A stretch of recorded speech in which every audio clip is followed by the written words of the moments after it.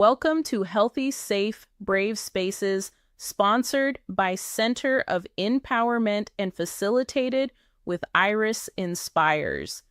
We will be starting in a few. Please subscribe, like, and share with your friends that we are going live. Please let us know where you are watching from and feel free to share your comments and thoughts throughout the episode. Coin PM impacts the 4 pillars of life: health, relationships, work, providership, and spiritual relationships. These are interconnected aspects that shape our overall well-being. Our health, the first pillar, involves maintaining a balance in our physical, mental, and spiritual. The relationship pillar focuses on understanding the interrelatedness in managing our emotions, fostering resilience, and nurturing healthy relationships. This pillar plays a crucial role in how we cope with stress and embrace joy. Work and providership pillar involves cognitive functions like critical thinking, learning, and creativity, which affect one's ability to provide for oneself and family. Lastly, the spiritual pillar, which often involve religious beliefs or a sense of purpose, provides a deeper connection to ourselves and the world around us, offering peace and fulfillment.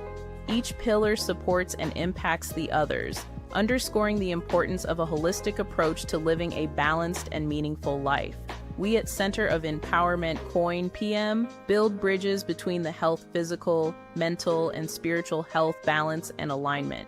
Understanding the interconnectedness directly affects all pillars and the interrelatedness of our relationships and experiences with self, family, finances, and God.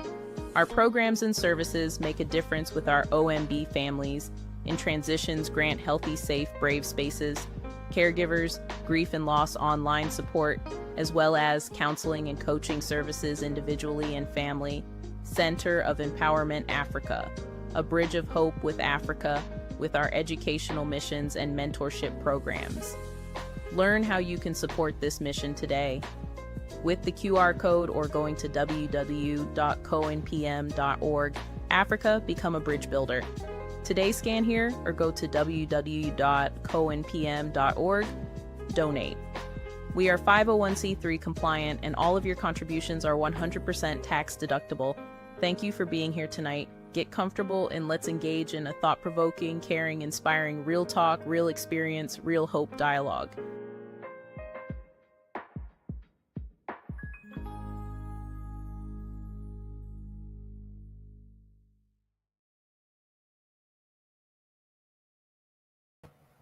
Well, greetings and good evening, everybody. Welcome to Healthy, Safe, Brave Spaces with Center of Empowerment, hosted by Center of Empowerment and facilitated by yours truly, Iris Inspires. So we want to say thank you to everybody that is joining in. We're going to give a little more time. We've done our intro and to let people know that we are here. I do know, as we've said, that you guys come back a lot of times after the live episode and you watch, and we do appreciate that. We appreciate also how our numbers are inching up little by little. So that means you guys are spreading the word. So thank you. We appreciate it. I appreciate. I thank you for that. We have a dynamic episode tonight. You know, this is our last Thursday of the month grief and loss session. And we try to make sure that we are bringing you people and topics that encourage you, uplift you, and remind you, number one, you're not alone, and number two, that there's hope, and number three, that we're here for you, Center of Empowerment, Coin PM. So with that said, you know what we're getting ready to do. We're finna take a intentional breath. Before we do that, make sure you have subscribed, make sure you have liked, make sure you subscribe, make sure you like, and leave your comment. Even when you come back later and watch, those are going to look at this later. Let us know in the comment section where you're watching us from, okay? We greatly appreciate that. It helps with our algorithm and it helps keep getting the message out that we are here and that we're here for the community. With that said, I know a lot of folks are facing a lot of different things that are coming up, but we believe Yes, we believe that we're overcomers, that we will overcome. If you've been following me, I started the week off with saying that we have outrageous favor. Outrageous favor. So that means regardless to what's going on, regardless to how you may be feeling, what it may looking like, we have outrageous favor. And this week, God has been showing up and showing out for me. How about you? All righty, come on, take a deep inhale. Yes, hold. And then we're going to exhale through the mouth on the count of 4, 2, 3, and 4. Yes. And you know, I like to rock it out is that breath that reminds us whom's and who we are. We are created in the very image and after the likeness of the creator of life, all life. Take another deep inhale. Hold. And just be present with the gift of breath. And exhale. All right, we're going to do one more. Stretch it out. And we're going to forget about what happened and what we think we got to do afterwards. And we're going to get locked into right now. Inhale. Hold. 2, 3, 4, and exhale. Yeah. How you feel? How they make you feel? Yeah. I don't like to do nothing without pausing throughout the day, as y'all already know. And when we start, and that is to remind us of whom and whom's we are. So we're gonna go ahead and jump right in. And if you haven't already, let people know, those of you that I can see that are in here. Sometimes I can't see you if you're in Patreon. So those that I can see, let everybody know that we are live right now.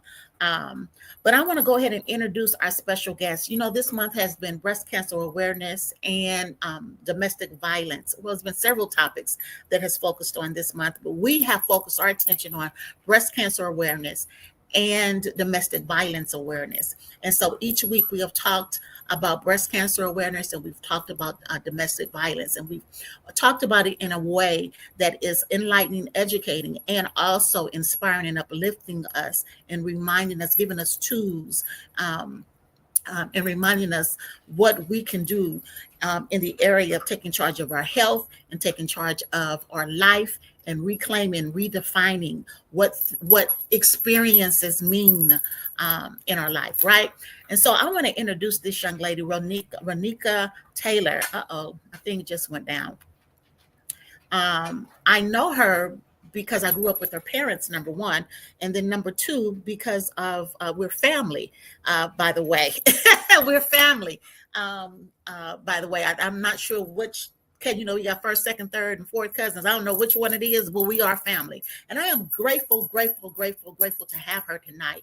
She is a young woman that has experienced, and I'm going to let her tell her story. She has experienced breast cancer, being diagnosed with breast cancer two times.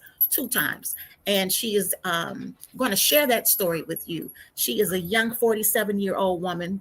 And she's going to share with you when she starts. So what we're going to do is jump right in. She's also a student right now. And so we want to make sure that we give her plenty of time to talk about her life and her journey to where she is today. So come on, put your hands together. We're going to bring to the stage Roneka. Welcome to the stage. Hey, lady. Hey. Hi, how are you? I'm good, and you? Good, and you? So glad to have you tonight. It's good to be here. Yeah, thank you for accepting the invitation. I My know. pleasure. Yeah, you have a lot going on. We all have a lot, you know, have things going on in our life. But I thank you for taking time out with the Center of Empowerment community, and for those that's going to see this later on. Yeah. So tell us a little bit about yourself, okay? And then you can share as much as you want, and let's have the conversation and see where God takes us in this conversation. Okay. All righty. Okay, well, first off, thank you for having me. I'm honored to be here, and I hope that something that I say can be used to help someone out there, and that God uses my words tonight to bless someone. As she said, I am a young 40, just kidding, I'm not young Yeah, anymore. you are young, girl. Hush. I am 47. I am the proud mother of 3 amazing children. Courtney is 22, Corinne is 17, and Not Rico is 22. 11. Yes, I What? have a lot of kids. They have been my strength and my rock and my reason to press. As she mentioned, I was diagnosed with breast cancer twice. The first time was in 2011. I was 32. Um, and in my 20s, I started giving myself exams. So every month when my cycle ended, I would raise my arm, give, and feel for the lumps.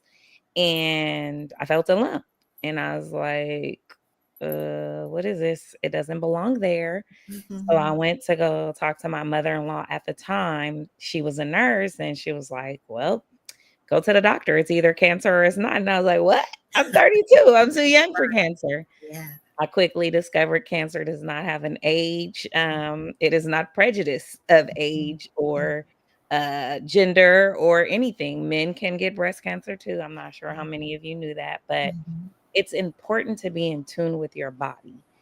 And during that first stint, I'm up to about 14 surgeries related to breast cancer and about 3 or 4 outside. I think I'm at 18 total.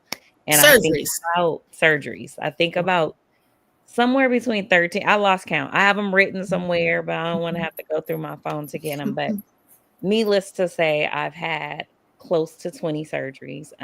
I did the first time I did 6 months of chemotherapy.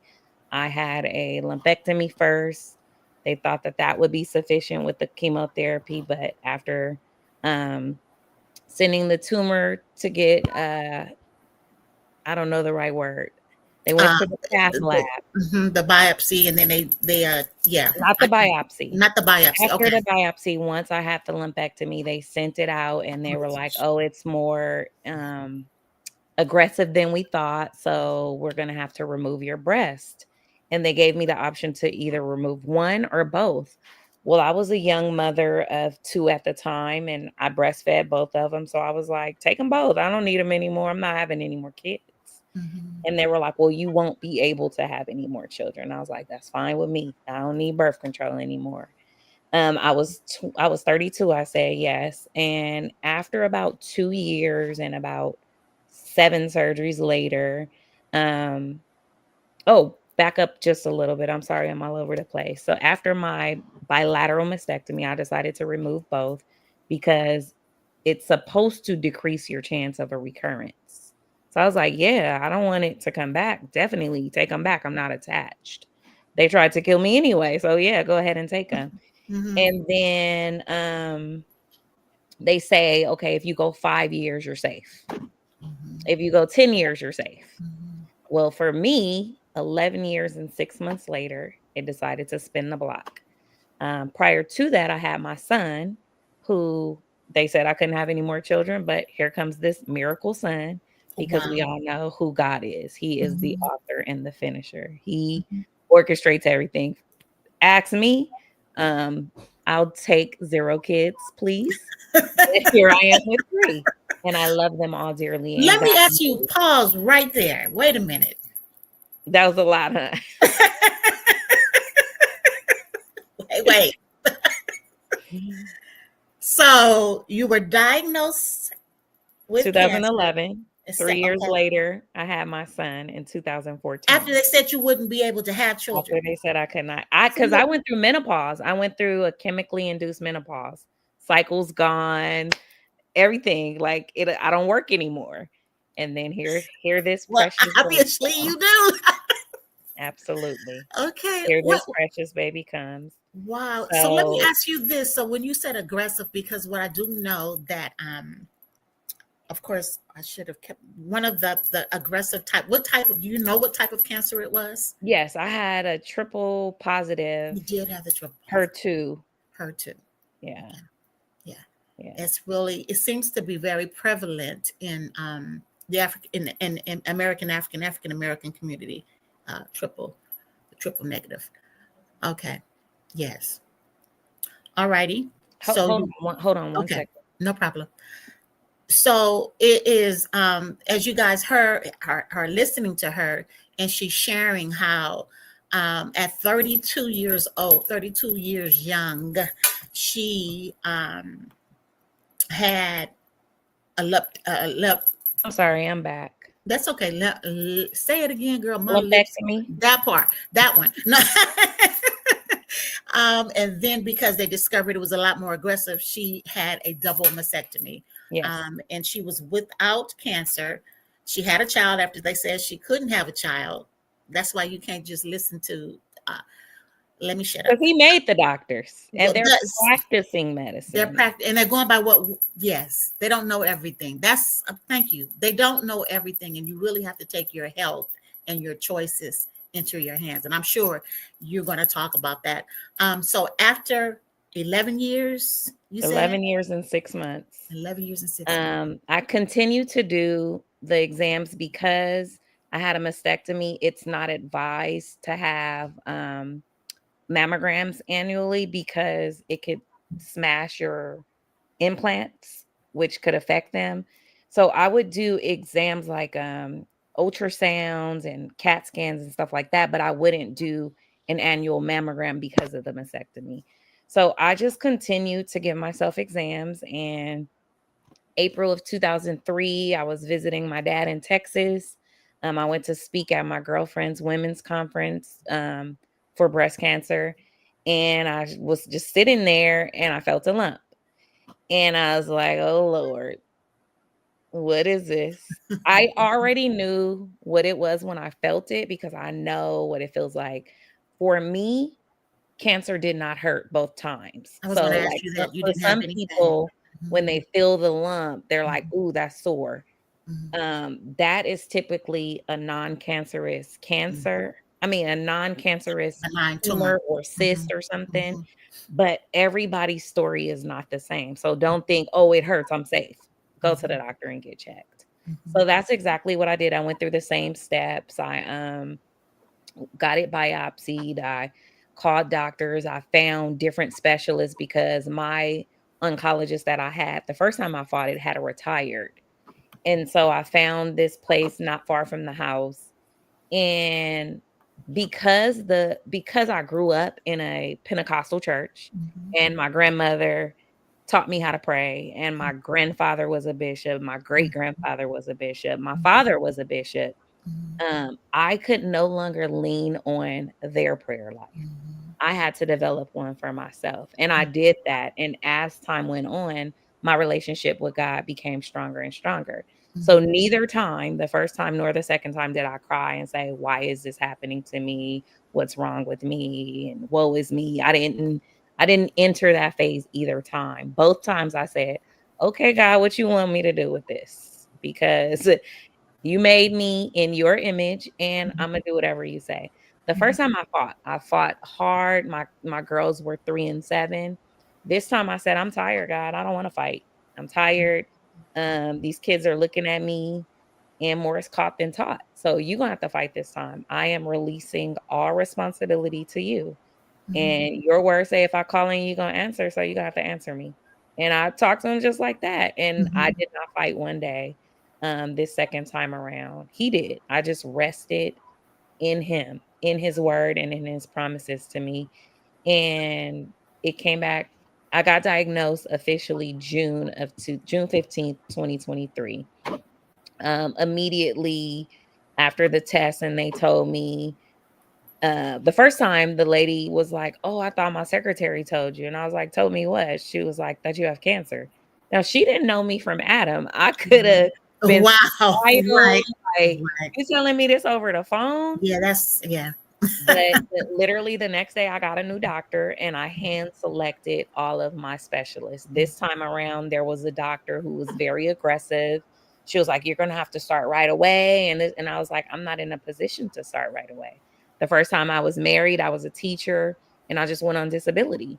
This time I was divorced and I was single and my income wasn't right for me to lay down and have treatment. So I told the doctor, I have to wait until my financial situation changes so that I could sit down and go through treatment. She was like, "No, you have to do." And she was very demanding. So I called my aunt Angela and She God placed her in that position for me. It's so, when they say all things, when the Bible says all things work together, Mhm. all things, God placed my aunt in a position in North Carolina. She was the scheduler for an oncologist at Duke Wow. University. Wow. I said, Auntie Angie, something in my spirit is telling me that this is not what this lady is telling me is not right.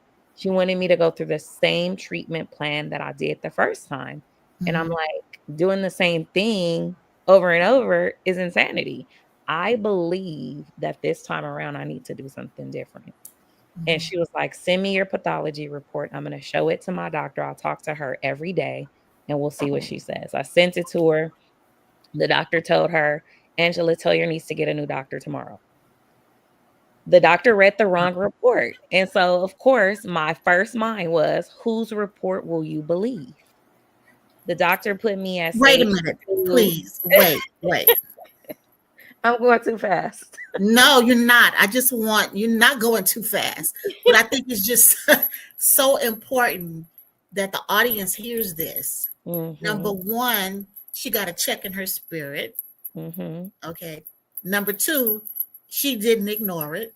And Mhm. number three, because she didn't ignore it and she paused, you can call it God used the universe, God used people, you can call it whatever you want to call it.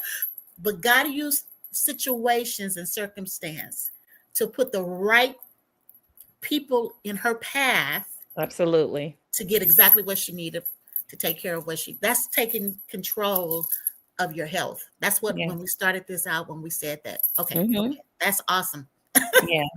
And so, Mhm. I mean, the first time I was 32, they told me I had cancer. I'm like, okay, I'm gonna do what y'all tell me to do. This time I was older, I was wiser, and my situation, as I said, had Mhm. changed. So I was like, you know what? Nope, I'm not gonna do that. I did my research this time. I got a second opinion this time. The first time I didn't get a second opinion. I just did what the doctor said. I was obedient to the doctor. And Mhm. so this time, when my aunt said that, the next day I called my former nurse. That's how I found out that my first oncologist was retired. I wrote a children's book with my daughters, like from their perspective. And at the end, on the last page, I mentioned my son. And when I called the nurse, because we maintained contact on Facebook, because I was her favorite patient. Like every time somebody came in there sad or depressed, she's like, Roneka, I need you to encourage her because she's about to lose her hair next week. Roneka, I need you to talk to her because. And so that became my ministry, encouraging women who were feeling down or low and letting them know that 95% of this battle is your mind. If you keep your mind stayed on him, everything works out. Now, some people don't make it through their journey, but that's because that was in his will. And so his will was for me to be here. And so I'm here. And so when I contacted her, she told me the same thing my aunt said. Send me your pathology report. I'll see what the oncologist here says. The oncologist there said the identical thing that my aunt's oncologist said. She read the wrong report. It's stage 1, not stage 2. You don't need all of those medications. You're not going to be sick this time like you were last time. Now, both times I lost my hair, but I was never attached to my hair. I knew it would grow back. I knew I would be okay. Um, and so I was like, "Oh, okay." First they told me you're not going to have to take the medication that makes you lose hair, and I got excited cuz my hair had grown. And then they were like, sorry, but you do." And I was like, "It's all right as long as I'm going to be okay." And I was. This time, instead of going every 3 weeks to chemo, I went every single week for 11 weeks. I had a lumpectomy again, and this time around I did radiation.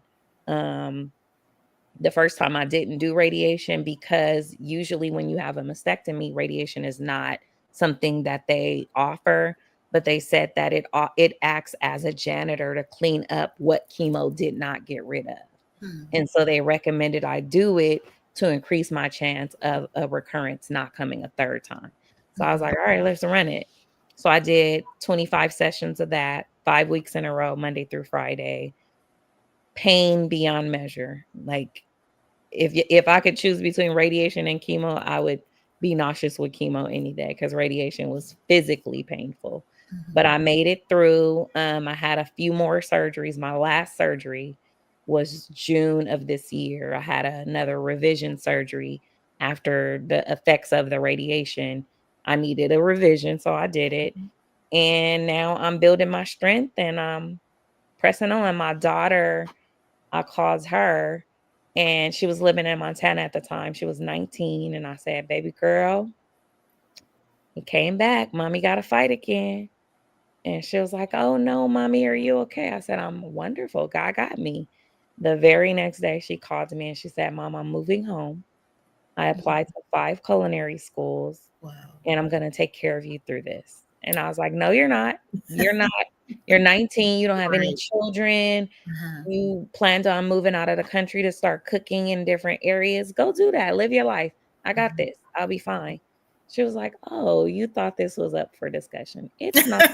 I'll be home in September. Mhm. And yes, you will be fine because I'll be there to make sure of it. She Mhm. came and taught her sister how to grocery shop. They went grocery shopping every week. They cooked me breakfast, lunch, and dinner.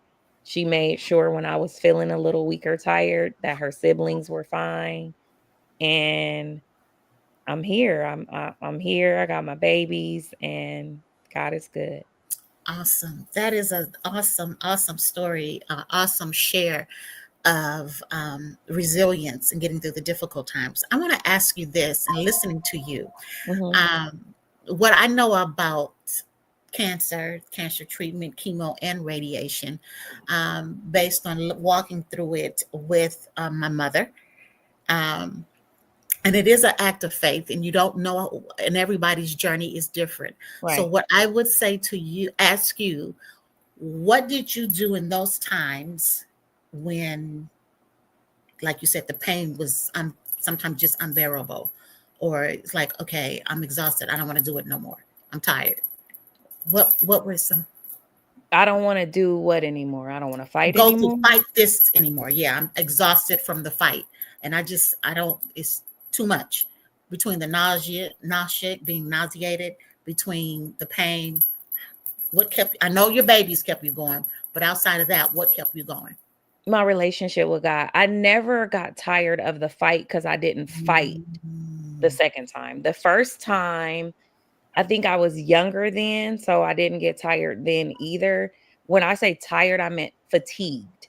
physically. Um, Physically fatigued, not never tired of the fight because I didn't have to fight. I leaned on who my strength comes How did you from. do that? How did you lean on them? Prayed every day, all day. When I was too weak to open my mouth, I fought God and he healed me.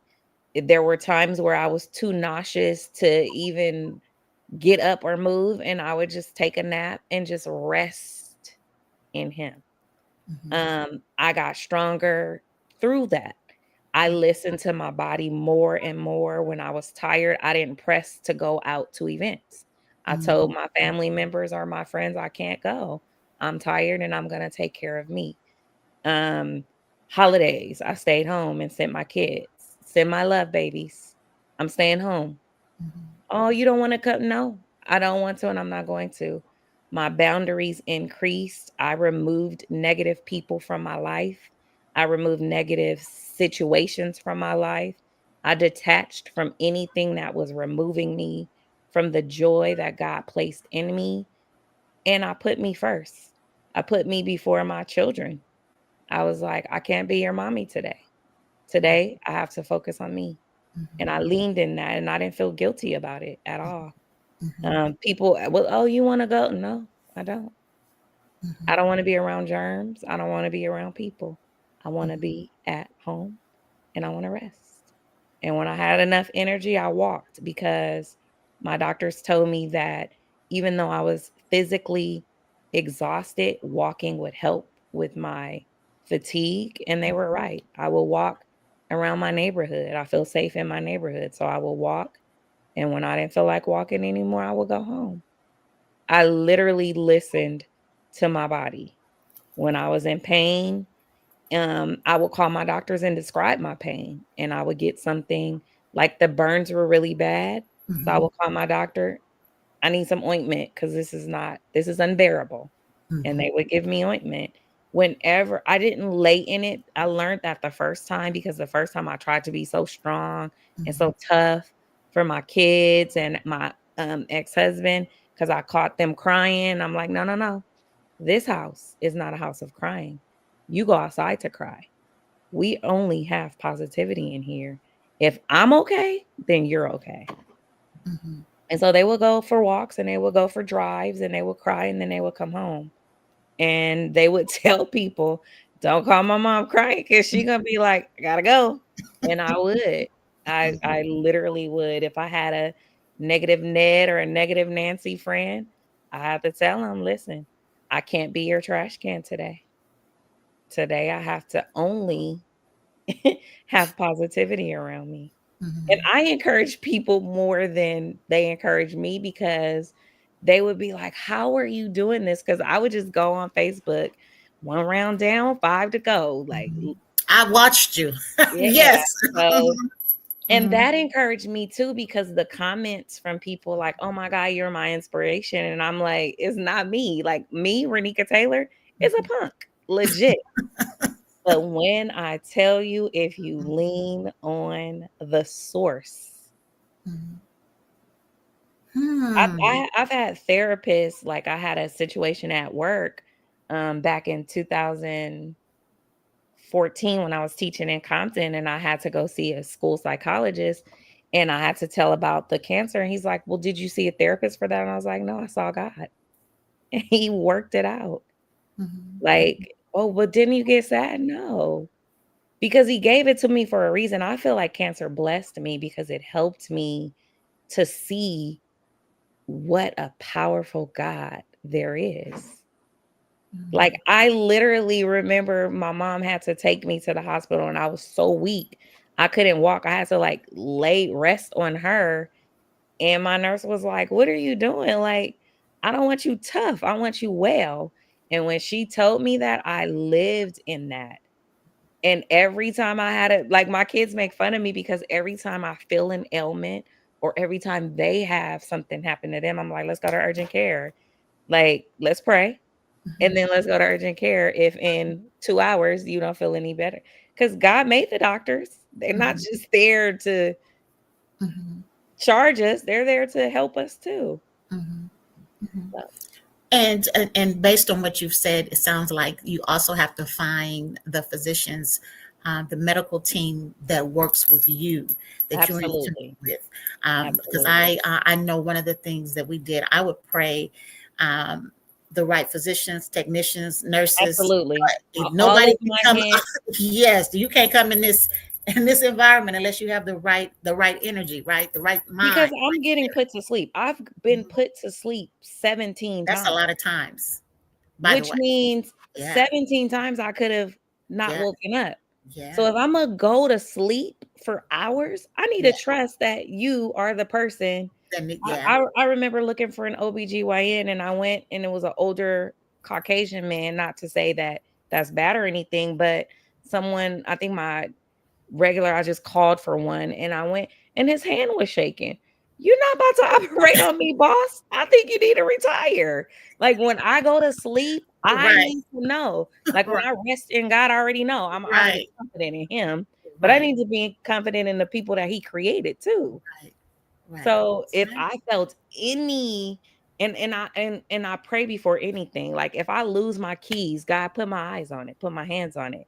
So, when I selected doctors, I said, "I need you to give me the confirmation that this is my Mhm, specialist." And mhm, he did. Okay, this is home. When I mhm, feel at ease and I feel a calming spirit, I know that mhm, this doctor was hand selected for me.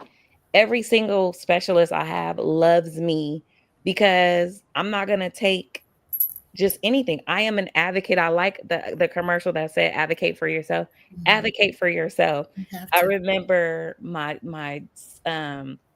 this last time I started chemo in October, and it was supposed to run until the first week of January. That would have been 12 weeks. But I told my doctor, I'm not doing 12 weeks, I'm doing 11 weeks.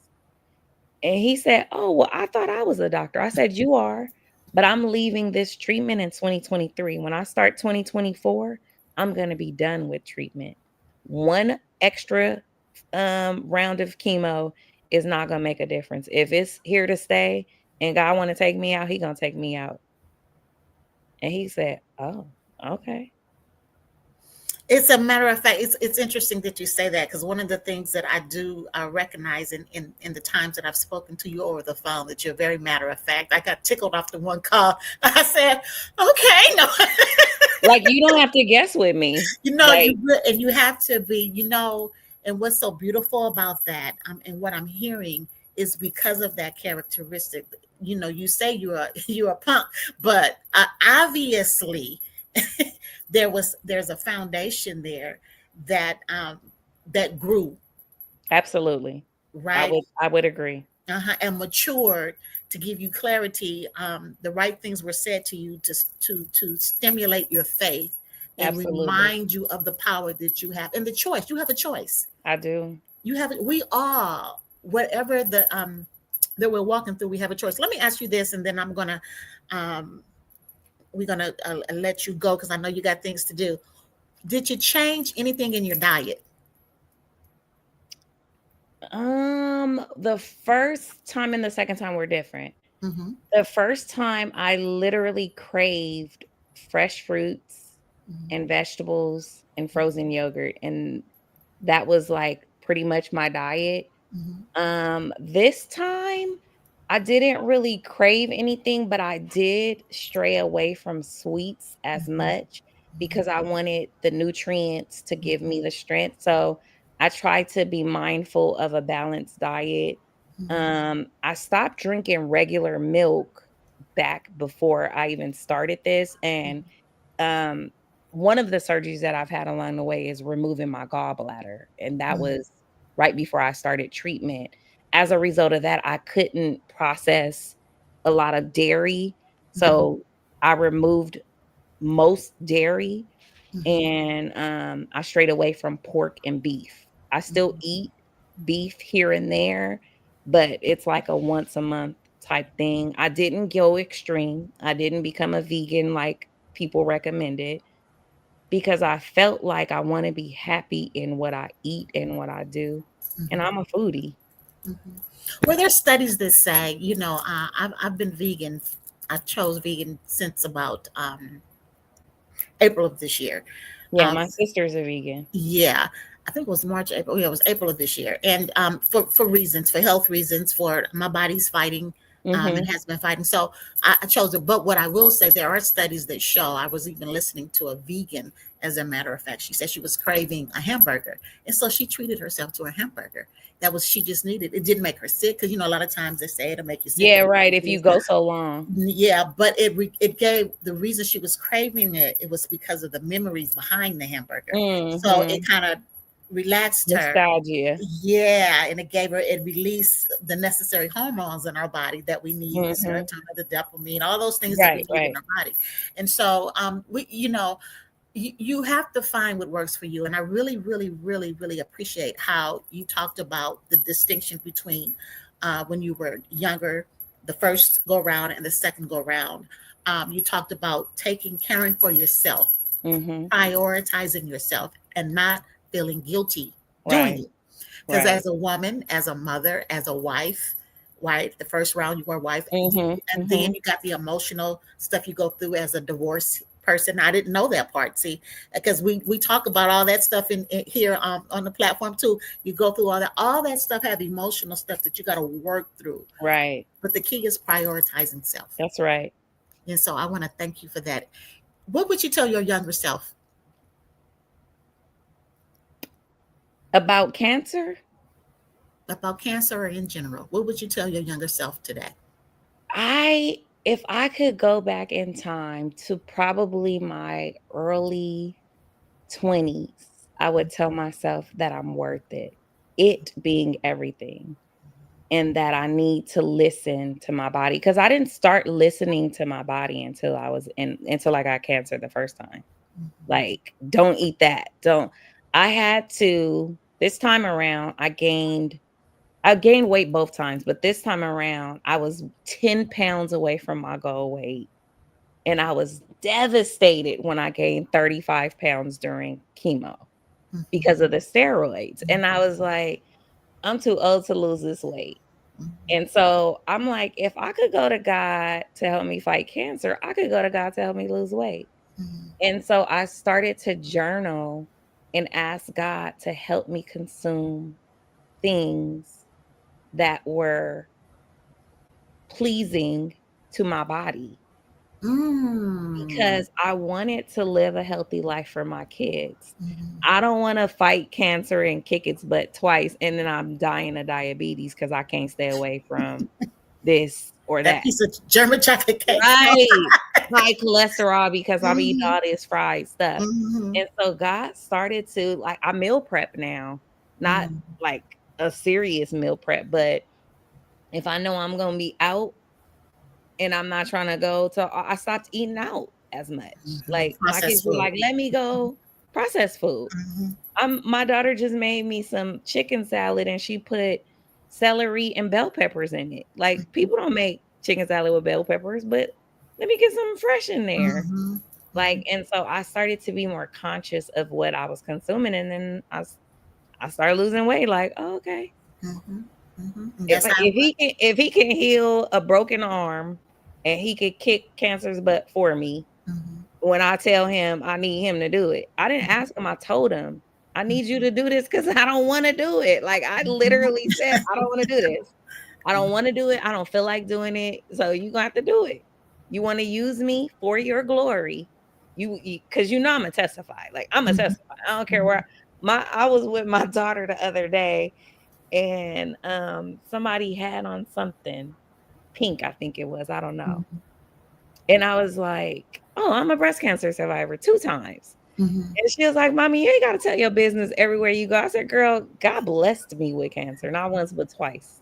I'm here for a reason. Everywhere I go, you're a joy, Roneka. You Mhm. know why? Because God want me here. What am I be here moping for? Let Mhm. me be happy and Enjoying yourself, enjoying life, this breath happy. that God has gave us, When right? you see me, when you leave me, I want you to leave me feeling better than you did before you got to me. And if I can't do that for you, then you're not supposed to be in my space." Mhm. And that's, that's such a healthy all the way around. Just to hear you talk, you saw this experience as a blessing and you didn't question it as a judgment of something you did wrong or Mm-mm. didn't right or it didn't go down that road, but as a blessing. So audience, that's key. Let me ask you one more thing. So if you could leave anything with the listening audience, you've said a lot, very powerful tools, but if you could leave anything to the listening audience right now that would uplift someone's spirit that is going through chemo, that's maybe going through radiation, just came in. You said 17 surgeries. We didn't ask about all the different surgeries, but but perhaps the relationship was in shambles because it's taken an emotional toll. What could you leave with the audience right now? I would say that the older you get, the less you can depend on your ancestors' prayers. Develop a relationship with God, even if it's Lord help me. Every day on the way to me dropping off my son, I tell him, we pray. We say the Our Father prayer and we say the let the words of your mouth. My grandmother literally would have us on our knees to lay her. And we calling everybody name. My son said, You talking about Mother Smith? no, Rita Greer. Oh no, yeah. He will say, my son says, and Lord bless the homeless people and get him some money to get some food and da da da. And at the end of our prayer, we say, Jesus fix it all. Um, because we don't know always what we should pray for, but he knows our hearts, he knows our desires, and he knows exactly what we need. So that little 2 word it, he knows Mm, what to do with it. So mm, I would that's say good. develop your own personal relationship with God. Listen to your body. All the things that I've said, listen to your body, advocate for yourself. If something doesn't feel right, that's the gift of discernment that God is giving you. Don't ignore it. Don't ignore more research. Don't ignore And don't let doctors put you in fear. They're going to say, this is aggressive. This is, they're paid to say that. They're paid to medicate you. But you have to sit there and be okay with whatever. And if you get your mind right, thoughts become things. Girl, I want you to know, this has been, if don't nobody else get anything, I don't want to get emotional. This has been such an encouragement to me because there's been, because I know that the journey and the path that I'm on as it pertains to my health, as it pertains to everything that's going on in my life, sometimes we have to shut and close doors. Not all things work together. And we have to even know the nose. Even the nose. I thought I would be married for the rest of my life. I was young when I got married. We were married legally 20 years and 9 months. Mm-hmm. I was devastated, but I asked for the divorce because I was not equally yoked. Mm-hmm. But I thought, because I came from a single parent household, if I married somebody that came from a 2-parent household, I would live happily ever after. Mm-hmm. That wasn't the case. Mm-hmm. And I had to heal from that. And I had to know and learn that happiness is an inside job. Mm-hmm. I can't look to man. I can't look to job. I can't look to school. I can't look to kids to create the happiness. I got to look to God. He made me. He know my good, bad, and ugly. All of it. All likes, of it. Dislikes. And he still put me here. Yes. So I better walk in that. And I'm walking in it, honey. You are. I'm telling you, flat-footed, 10 toes down. Let me tell you.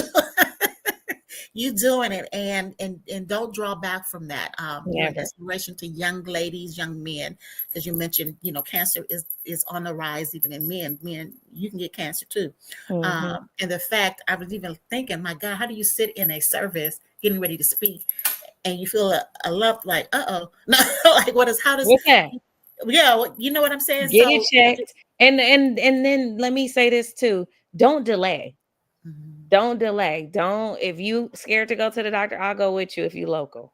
Mm-hmm. I'm not going out of state to go with you, but I'll go with you if you local. I'll hold your hand for you. I'm going to pray with you. And walk you through the process. I appreciate that. Well, ladies and gentlemen, there you have it. Roneka, 2-time breast cancer survivor, now on the other side, cancer on the other side. Okay, there's and joy on the other side. Keep going, y'all. There's joy on the other side. Yes, on the other side, thriving. She didn't just survive, but she's thriving. Amen. And so that's uplifting. I pray it is our intentions that this has uplifted your spirit. Thank you so much for taking time. We got to have you come back, because I think there's some more in there that we got to unpack and let you share about. That a lot of nuggets. Yeah, girl, you have it. No, you have it. So again, thank you so much. We appreciate you. My pleasure. Everybody say thank. Any questions? I got a few of y'all up there. Any questions? At any rate, leave your questions. If there's some questions, we have an after show. You can ask me if I need to get the questions to her. I can do that, and I'm sure she'll answer. Thank you again, lady. Definitely. We appreciate you. My pleasure. Good night. Good night. There you have it, Roneka Taylor, a powerful story of not just resilience, but learning how to rest in the confidence that this time the Spirit has to guide. This is the thing that stood out. One of the things she said that stood out, she said, I cannot rely on my ancestors' prayers. I have to have my own. They can inspire me. They can remind me. They can be the foundation. But I have to develop my own prayer life and own relationship with God. It's so important in this journey. A lot of us are facing many things in our life, be it cancer, different kinds of cancer, not just breast cancer, ovarian cancer, men and prostate cancer. The numbers are increasing, and men are leaving here. Colon cancer. All kinds of things that are going on in our body. A lot of it is stress. Yeah. Some of it is genetics. That I was just doing some study and research on the triple negative. That is some genetic things going on there. They have, some folks have tried to liken it to socioeconomic, and that may have some factors to it, but it also has some genetic things that's going on there as well. So with that said, I pray that something has been said to uplift your spirit. I promised you that tonight we wanted to honor some of the wins. Some of you have submitted your information, your names, and we wanted to honor the men and women that have not only survived cancer, we wanted to call their names. We want to call them. So I'm getting ready to look up the list right now. Call their names and acknowledge them. As we didn't ask her about her children book. That's what I wanted to ask her. So I'll get that information too. So you guys can, so we can have that, her children's book. Call the names of those that have not only, that are either going through treatment right now, have gone through treatment, and have survived and on the other side. So we're going to get their, I have their names here. I promise y'all I do. Let's see. Let me look it up here. As I'm looking at, and you can also put it in, here we go. Put it in the chat. If you have not already, put it in the chat as we say their names, as we call their names out, those that have, here we go. All right, those that have gone through cancer, gotten through the other side of cancer. And so we want to call their names, okay? So I'm going to do this here. Let's do this here. Thank you again for those of you that joined us live. Here we go. Here we go. We're going to do this here, and we're going to call their names. Yes, I'm going to take my time, and I'm going to do it. We have Louise M. Jones, diagnosed 12/2019. Cancer-free to date. Cancer-free to date. We have Charlotte Cottrell, diagnosed September 2017. Cancer-free to date. We have Lola Nix. She was diagnosed in 2001, and then she had was cancer-free to 10/2016. She had a second round, like we just talked about Roneka having, and about with cancer in 2017, and she's been currently free to date. We have Lisa Joffrey, cancer-free to date. Went through her bout with cancer. Excuse me. I believe Denise Richardson this year went through her. We want to call her name and lift her up and acknowledge her faith in the healing power of God in her life. And myself.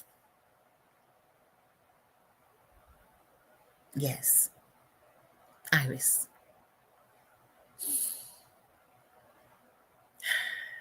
I speak life. I call all of our names. And those names that I don't have, I call your name. Outrageous healing, comfort, wisdom, knowledge, and understanding, and remembering that we have a choice. We get to choose how we heal, our treatment, our care. All righty. November support groups starting. So we have the next support group is Thursday, November the 13th. The hidden workforce, unsung sheroes and heroes. We're talking about caregivers. And Saturday, by the way, November is Family Caregiver Month. Saturday, November the 15th is the 5th annual Family Caregiver Conference in Carson, California, with host Kevin Milbourne, and yours truly, will be speaking. Then we also have Thursday, November the 27th, which is Thanksgiving in this country. But what we're going to be doing is our second annual, we did it last year, marathon. And so it'll be an online marathon. So stay tuned for the information for that, where you can check in. So those that may have difficulties, and this may be your first holiday season without your loved one, you may be going through some changes and difficulties. Whatever that is, we're going to be available to you.